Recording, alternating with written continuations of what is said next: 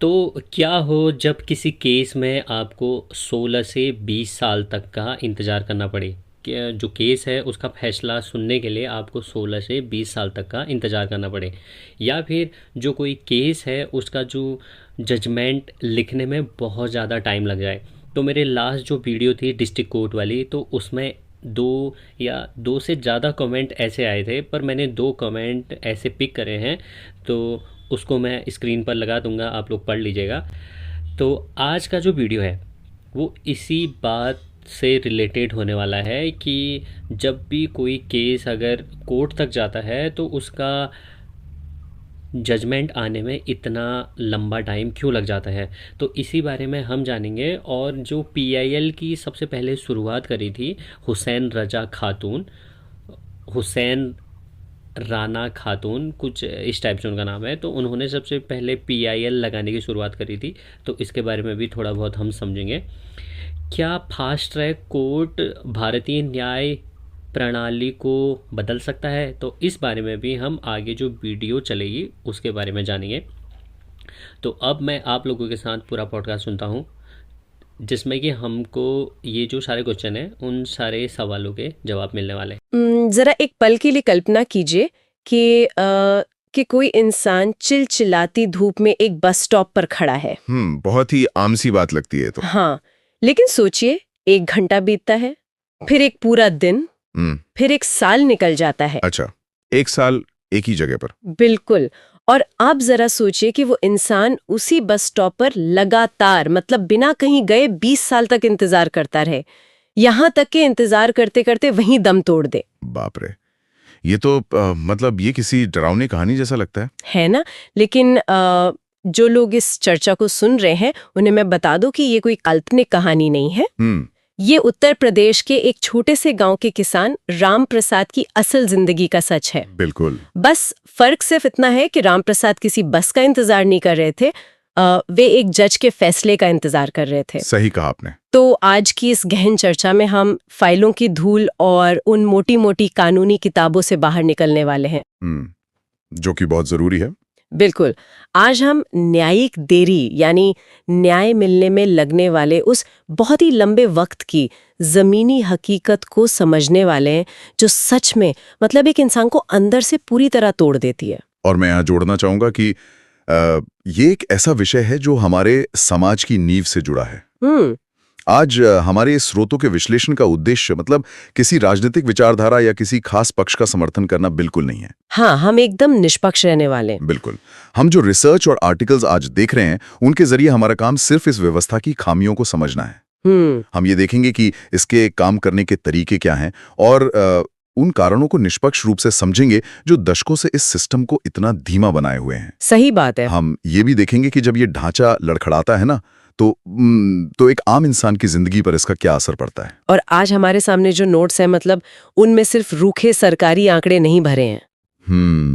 ये सबसे अच्छी बात है इन स्रोतों की। हाँ, इनमें इंसानियत से जुड़ी वो कहानियां हैं जो सिस्टम का एकदम असली चेहरा दिखाती हैं। तो चलिए इसे थोड़ा और खोलकर समझते हैं कि कैसे न्याय में देरी का मतलब सिर्फ अदालतों में मुकदमों का पेंडिंग होना नहीं है। बिल्कुल नहीं, बल्कि ये सीधे तौर पर लोगों की जिंदगी के अनमोल साल और उनके पूरे भविष्य को निगल जाता है। एकदम सही कह रही हैं आप। इस पूरी तस्वीर को समझने के लिए हमें उस कहानी की तरफ चलना होगा जिसका जिक्र मैंने अभी शुरुआत में किया था, राम प्रसाद की कहानी। हाँ, राम प्रसाद की कहानी, जो कागजों से नहीं बल्कि एक छोटे से खेत से शुरू होती है। देखिए, राम प्रसाद का मामला इस पूरी व्यवस्था के पूरी तरह से फेल होने का एक बहुत ही सटीक और दर्दनाक उदाहरण है। बात साल 1998 की है। उत्तर प्रदेश के एक छोटे से गांव में रहने वाले राम प्रसाद के पास कुल 2 बीघा जमीन थी। 2 बीघा जमीन मतलब एक छोटे किसान के लिए तो ये सब कुछ होता है। बिल्कुल। भारत के किसी भी छोटे किसान के लिए जमीन सिर्फ एक संपत्ति थोड़ी होती है, वो उसका गुजारा है। हाँ, उसी से तो घर चलता है। तो जब एक पड़ोसी ने उस जमीन पर कब्जा कर लिया तो राम प्रसाद ने वही किया जो किसी भी आम नागरिक को करना चाहिए। पुलिस के पास गए होंगे। हाँ, उन्होंने पुलिस में एफआईआर दर्ज करवाई, अपनी जिंदगी भर की जमा पूंजी लगाकर एक वकील किया और न्याय की उम्मीद में कोर्ट का दरवाजा खटखटाया। लेकिन यहाँ से जो शुरू हुआ वो न्याय नहीं था, बल्कि एक अंतहीन भूल भुलैया थी, बिल्कुल, जिसे हम आम भाषा में फिल्मों में भी सुनते हैं ना, तारीख पर तारीख कहते हैं। हाँ वही। उसकी असलियत कितनी भयानक हो सकती है, ये रामप्रसाद के केस के टाइमलाइन से साफ पता चलता है।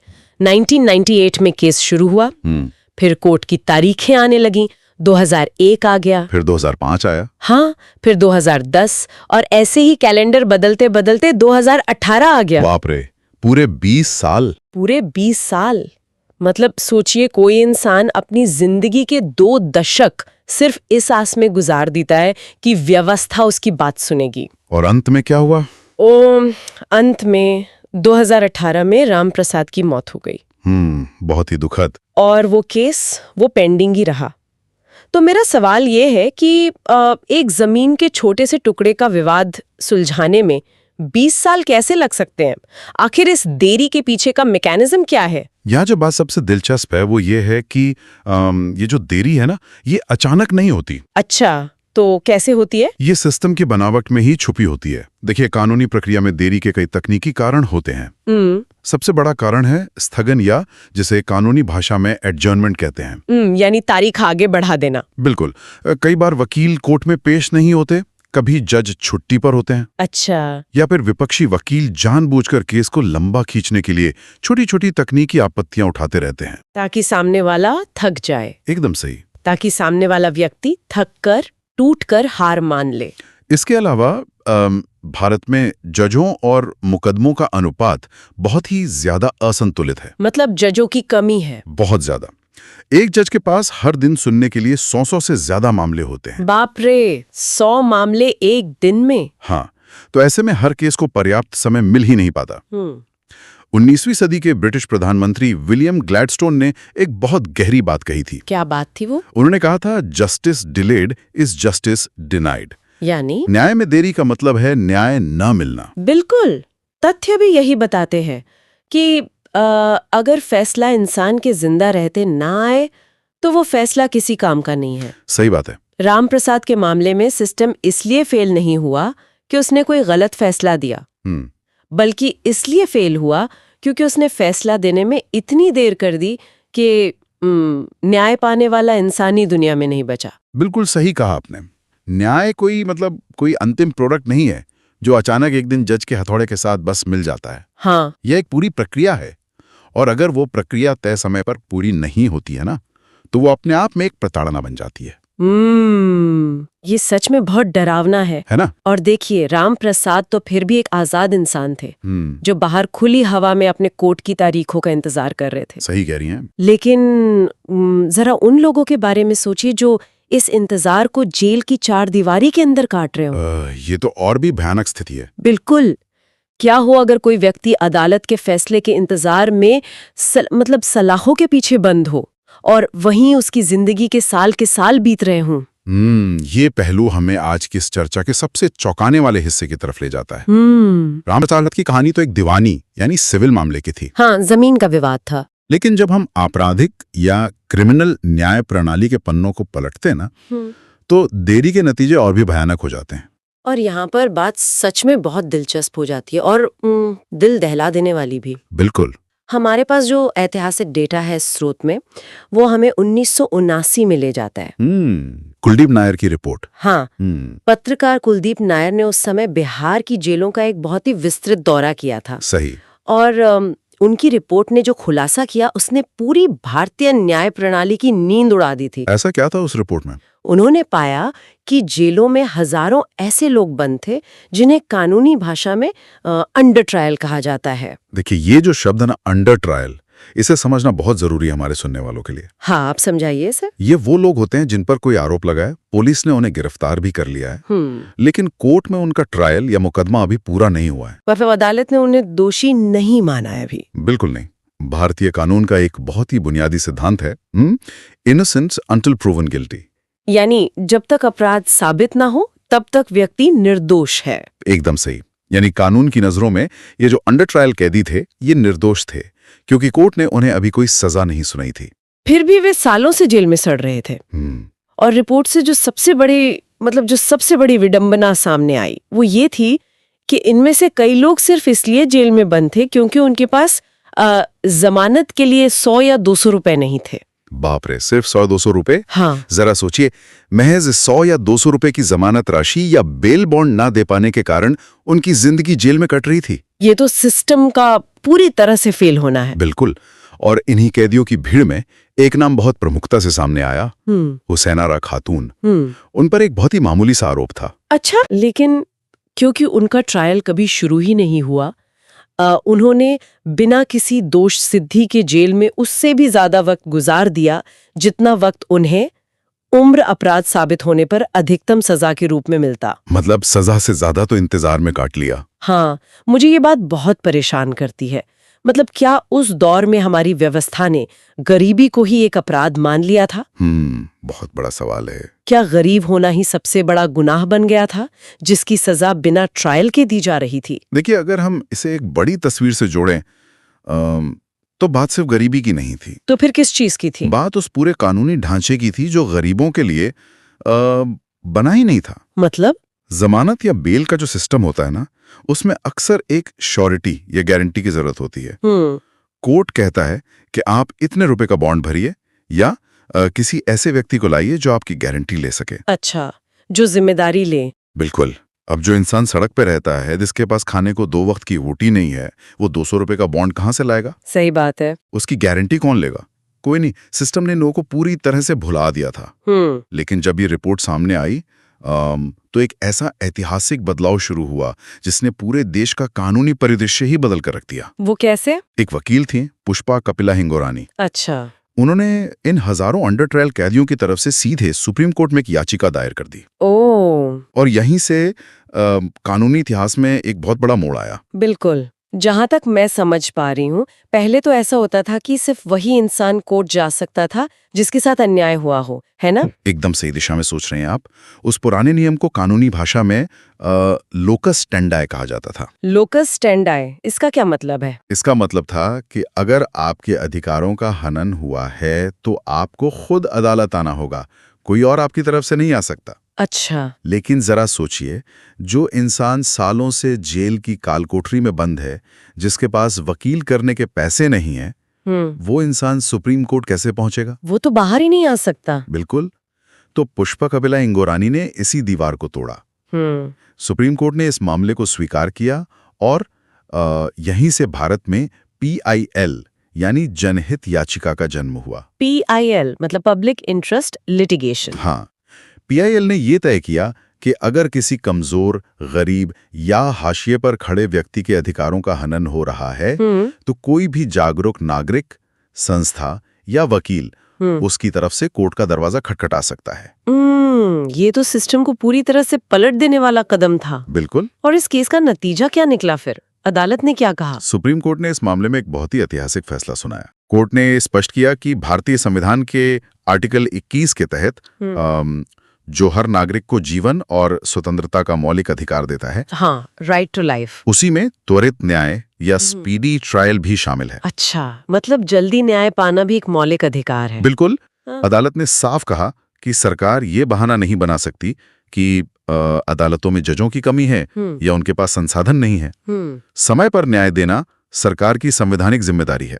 और इस आदेश का जमीनी असर भी हुआ। हाँ, बिल्कुल हुआ। जो डेटा हमारे पास है उसके मुताबिक बिहार सरकार को तुरंत आदेश दिया गया कि वे उन हजारों अंडर ट्रायल कैदियों को रिहा करें जो अपनी अधिकतम सजा से भी ज्यादा वक्त जेल में काट चुके थे। ये PIL की ही ताकत थी। सच में। हमारी रिसर्च के नोट्स में एक लाइन बहुत गहराई से उभर कर आती है। न्याय नहीं मिलना भी एक तरह का अन्याय है। बिल्कुल। PIL इसी आमिना न्याय से लड़ने का एक शक्तिशाली हथियार बनकर उभरी, जिसने सिस्टम में बैठे लोगों को पहली बार जवाबदेह बनाया। तो PIL से एक बात तो साबित हो गई कि एक रास्ता मौजूद है जिससे कमजोरों की आवाज ऊपर तक पहुंच सकती है। हाँ, रास्ता तो खोला। लेकिन मेरी चिंता अभी भी वहीं की वहीं है, रफ्तार। अच्छा। हाँ, सुप्रीम कोर्ट ने कह तो दिया कि त्वरित न्याय एक मौलिक अधिकार है, लेकिन क्या असल में मुकदमों की रफ्तार बढ़ी?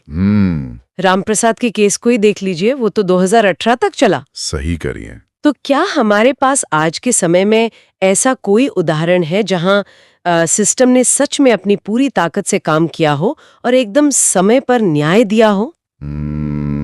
इतिहास के पन्नों में और हमारे आज के इस रिसर्च नोट्स में एक ऐसा मामला दर्ज है जो ये साबित करता है कि जब सिस्टम सच में ठान लेना तो वो कितनी तेजी से काम कर सकता है। कौन सा मामला है वो? बात साल 2012 की है, दिल्ली का निर्भया गैंग रेप केस। ओ, वो केस। उस घटना ने पूरे देश को अंदर तक हिलाकर रख दिया था। वो एक ऐसा दौर था जिसे कोई भुला नहीं सकता। बिल्कुल। सड़कों पर लोगों का भारी हुजूम था, एक बहुत बड़ा राष्ट्रीय आक्रोश था। पूरा देश गुस्से में था। हाँ, जनता सीधे तौर पे जवाब मांग रही थी और उस दबाव का असर सरकार पे एकदम साफ दिख रहा था। और उसी भारी दबाव का नतीजा था कि यौन उत्पीड़न और रेप के मामलों को जल्दी सुलझाने के लिए रातों रात फास्ट ट्रैक कोर्ट्स बनाए गए। Fast track courts? हाँ, फास्ट ट्रैक कोर्ट का मतलब सिर्फ अदालत का नाम बदलना नहीं होता। इसका मतलब होता है कि केस की सुनवाई हर दिन होगी, डे टू डे। मतलब कोई फालतू की तारीख नहीं मिलेगी। बिल्कुल, बिना किसी बेहद ठोस कारण के कोई तारीख या एडजर्नमेंट नहीं मिलेगा। नतीजा ये हुआ कि जो केस हमारी सामान्य अदालतों में 10 से 15 साल घिसड़ता रहता, उस निर्भया केस में ट्रायल सिर्फ 9 महीने के अंदर पूरा हो गया और फैसला आ गया। बाप रे, सिर्फ 9 महीने? हाँ। ये आंकड़े दिखाते हैं कि न्याय की गाड़ी में इंजन भी है और पहिए भी काम कर रहे हैं। बिल्कुल कर रहे हैं। आज भारत में 828 से ज्यादा फास्ट ट्रैक स्पेशल कोर्ट्स हैं। महिलाओं और बच्चों के खिलाफ होने वाले अपराधों में, जैसे कि पॉक्सो मामलों में, ट्रायल का औसत समय 30% तक कम हुआ है, जो कि एक बहुत बड़ा सुधार है। हाँ, लेकिन ये मुझे स्कूल के उस छात्र की याद दिलाता है जो पूरे साल किताबें नहीं खोलता। अच्छा। हाँ, लेकिन परीक्षा से ठीक एक रात पहले जब सिर पर खतरा मंडराता है ना, हाँ। तो वो दुनिया की सबसे तेज गति से पूरा सिलेबस रट लेता है। बिल्कुल सही उदाहरण दिया आपने। क्षमता तो उस छात्र में हमेशा से थी, बस उसने उसका इस्तेमाल तब किया जब उस पर भारी दबाव पड़ा। लेकिन यहाँ मैं थोड़ा रुकना चाहूंगी। बताइए। 9 महीने में फैसला आना अच्छी बात है, पर क्या जल्दबाजी में फैसले गलत नहीं हो जाते? ये एक जायज डर है। क्या भारी जन दबाव में और मीडिया की नजरों के सामने इतने कम समय में ट्रायल खत्म करने से न्याय की गुणवत्ता पर असर नहीं पड़ता? बिल्कुल, ये सोचने वाली बात है। कहीं हम स्पीड के चक्कर में कंगारू कोर्ट जैसी स्थिति तो नहीं बना रहे हैं, जहां आरोपी को अपना पक्ष रखने का पूरा मौका ही न मिले? ये एक बहुत महत्वपूर्ण सवाल खड़ा करते हैं और कानून के जानकारों के बीच ये एक बड़ी बहस का मुद्दा भी रहा है। अच्छा। त्वरित न्याय का मतलब ये बिल्कुल नहीं है कि आप कानूनी प्रक्रिया को ताक पे रख दें। बिल्कुल। न्याय अंधा हो सकता है, लेकिन उसे बहरा नहीं होना चाहिए। दोनों पक्षों को सुनना जरूरी है। सही बात है। लेकिन यहाँ समझने वाली बात यह है कि वो 9 महीने का समय कोई कंगारू कोर्ट नहीं था। तो वो क्या था? ये वो समय था जो एक सामान्य केस को लगना ही चाहिए। अगर उसमें से वकीलों की बेवजह की छुट्टियां, जजों की कमी और फालतू की तारीखें हटा दी जाएं। मतलब वो सिस्टम की असली स्पीड थी, बिना किसी रुकावट के। बिल्कुल। हमारे नोट्स इस पर बहुत स्पष्ट हैं। इसमें साफ लिखा है कि जब राजनीतिक इच्छा शक्ति हो तो न्याय तेज हो सकता है। निर्भया केस ने इस मिथक तोड़ दिया कि भारत में मुकदमों का लंबा चलना कोई प्राकृतिक नियम है। हाँ, जिसे बदला ना जा सके। ये साबित हो गया कि देरी कोई लाइलाज बीमारी नहीं है। ये सिर्फ प्राथमिकताओं की कमी का नतीजा है। सही कहा। जब प्रशासन ये तय कर लेता है कि इस केस को लटकाना नहीं है, तो सिस्टम पूरी रफ्तार से दौड़ने लगता है। तो इन सब का आखिर मतलब क्या है? राम प्रसाद के 20 साल के दुखद इंतजार से लेकर हुसैनारा खातून की जमानत न होने की विवशता तक। बिल्कुल। और फिर निर्भया केस में फास्ट ट्रैक कोर्ट की उस तेज रफ्तार तक, हम इस पूरी चर्चा से क्या धागा पकड़ सकते हैं? हम इस समस्या के समाधान की तरफ कैसे बढ़ सकते हैं? देखिए, अगर हम इन सभी मामलों को एक साथ रखकर देखें ना, तो न्याय का असली अर्थ समझ में आता है। क्या है असली अर्थ? न्याय सिर्फ सही फैसला करना नहीं। रामप्रसाद के केस में अगर 20 साल बाद सही कानूनी फैसला आ भी जाता, हाँ, तो क्या वो न्याय होता? बिल्कुल नहीं, वो तो जिंदा ही नहीं थे। कतई नहीं।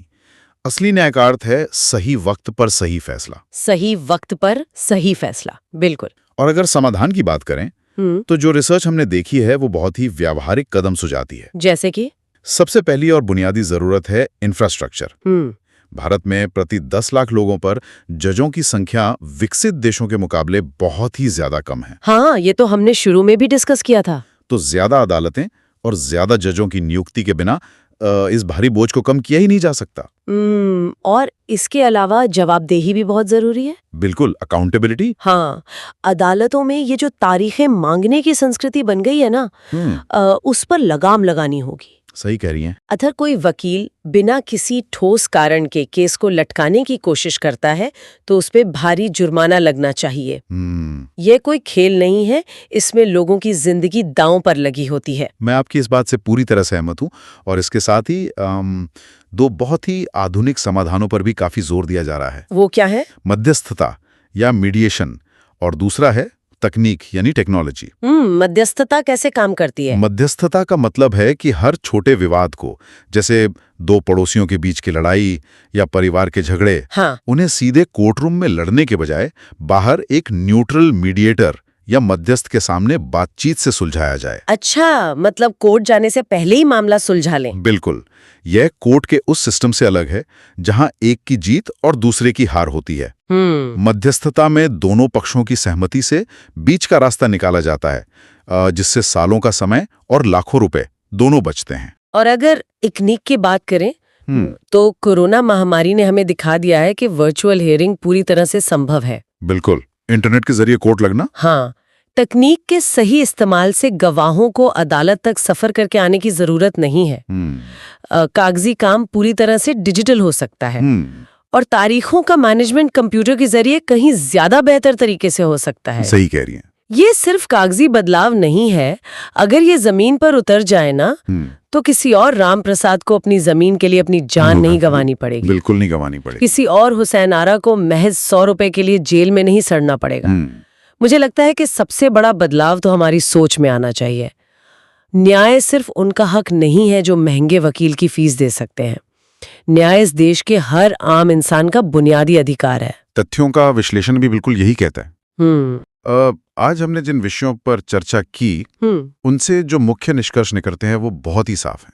बिल्कुल, न्यायिक देरी सिर्फ एक प्रशासनिक खामी नहीं है, ये एक गहरी सामाजिक बीमारी है जो लोगों को अंदर से खोखला कर देती है। सच में हमने पीआईएल के रूप में एक ऐसी उम्मीद को देखा जिसने सिस्टम को कमजोरों की आवाज सुनने पर मजबूर किया। हाँ, और फास्ट ट्रैक कोर्ट्स ने हमें ये विश्वास दिलाया कि अगर राजनीतिक और प्रशासनिक इच्छा शक्ति हो तो बदलाव बिल्कुल संभव है। लेकिन जो लोग आज इस चर्चा को सुन रहे हैं वे शायद सोच रहे हों कि मेरा तो कोर्ट कचहरी से कोई वास्ता ही नहीं है, तो मुझे इस सब से क्या फर्क पड़ता है? देखिए, ये एक बहुत ही आम सोच है, लेकिन ये सच नहीं है। क्यों? किसी भी स्वस्थ और शांतिपूर्ण समाज के लिए ये बेहद जरूरी है कि उसके नागरिकों के मन में ये विश्वास हो कि संकट के समय व्यवस्था उनके काम आएगी। एक भरोसा होना चाहिए। बिल्कुल, जिस दिन ये विश्वास टूट जाता है ना, जिस दिन इंसान को लगता है कि कोर्ट जाने का कोई फायदा नहीं, उसी दिन से लोग कानून अपने हाथ में लेने लगते हैं। अरे हाँ, समाज में अराजकता या अनार्की फैलने लगती है। इसलिए त्वरित न्याय सिर्फ एक कानूनी जरूरत नहीं है, ये समाज को बिखरने से बचाने का सबसे जरूरी टूल है। ये सच में एक बहुत ही गहरा विचार है कि न्याय पर विश्वास ही हमें सभ्य बनाए रखता है। बिल्कुल। आज हमने इतिहास को खंगाला, जमीनी हकीकत को समझा और सिस्टम की पेचीदगियों पर खुलकर बात की। बहुत ही जरूरी चर्चा थी। लेकिन जाते जाते मैं चाहूंगी कि जो लोग इस चर्चा को सुन रहे हैं वे आज के हमारे रिसर्च नोट्स में दिए गए तकनीक वाले पहलू से एक कदम आगे बढ़कर एक नए और थोड़े असहज करने वाले सवाल पर विचार करें। वो क्या सवाल है? जरा कल्पना कीजिए, जिस तेजी से आज आर्टिफिशियल इंटेलिजेंस या एआई दुनिया बदल रहा है, क्या भविष्य में ऐसा हो सकता है कि सालों से पेंडिंग पड़े उन लाखों सामान्य मामलों को, जैसे जमीन के विवाद या चेक बाउंस होने के केस, उन्हें सुलझाने के लिए एआई को ही एक जज के रूप में कुर्सी पर बिठा दिया जाए? बाप रे, एआई जज? हाँ, जाहिर सी बात है, एक मशीन कभी थकेगी नहीं, वो छुट्टी पर नहीं जाएगी, वो वकीलों के बहाने नहीं सुनेगी। ये तो है। वो लाखों पन्नों के सबूतों को चंद सेकंड में पढ़कर एकदम सटीक फैसला सुना सकती है। वो किसी राम प्रसाद को बस स्टॉप पर 20 साल इंतजार तो नहीं करवाएगी। पॉइंट तो है। तो सवाल ये है कि क्या एक कंप्यूटर प्रोग्राम जो बिना किसी भावना के सिर्फ ठंडे तथ्यों पर काम करता है हमें इंसानों से ज्यादा जल्दी और निष्पक्ष न्याय दे पाएगा? बहुत ही बड़ा सवाल है। या फिर न्याय की इस पूरी प्रक्रिया में स्पीड से कहीं ज्यादा जरूरी उस इंसानी संवेदना का होना है जो एक इंसान के दर्द को, उसकी मजबूरी को समझ सके। बिल्कुल। क्या एक रोबोट जज कभी ये समझ पाएगा कि 100 रुपए न दे पाने का असली दर्द क्या होता है? शायद कभी नहीं। क्या न्याय में देरी खत्म करने के लिए हम न्याय में से इंसानियत को ही हटाने के लिए तैयार है? बहुत ही गहरा और सोचने वाला सवाल है ये। बिल्कुल। और इसी विचारोत्तेजक सवाल के साथ हम आज की इस गहन चर्चा को यहीं समाप्त करते हैं। सोचने के लिए बहुत कुछ है। तो आशा करता हूँ कि आपको थोड़ा बहुत इससे कुछ सीखने को मिला होगा। 2012 में जो निर्भया केस हुआ था, तो उससे मतलब 9 महीने में रिज़ल्ट आ गया था। पर जैसा कि पूरे ऑडियो में आपने सुना होगा कि इसमें वकीलों की छुट्टी और अनावश्यक जो जजेस थे उनकी छुट्टी का मतलब ये सब कुछ थोड़ा कटौती हुई थी। इस वजह से वो जो केस था वो जल्दी जल्दी सॉल्व हो गया था। तो आई होप आपको ये पूरे ऑडियो फाइल से मतलब बहुत कुछ सीखने को मिला होगा, और क्यों ये जो केसेस होते हैं इतना लंबा लंबा टाइम कंज्यूम करते हैं। तो इससे रिलेटेड आपके जो भी क्वेश्चन हो तो आप कमेंट में बता सकते हैं। हम फिर से मिलेंगे एक और टॉपिक के साथ। तब तक के लिए आप अपने आप का ख्याल रखें।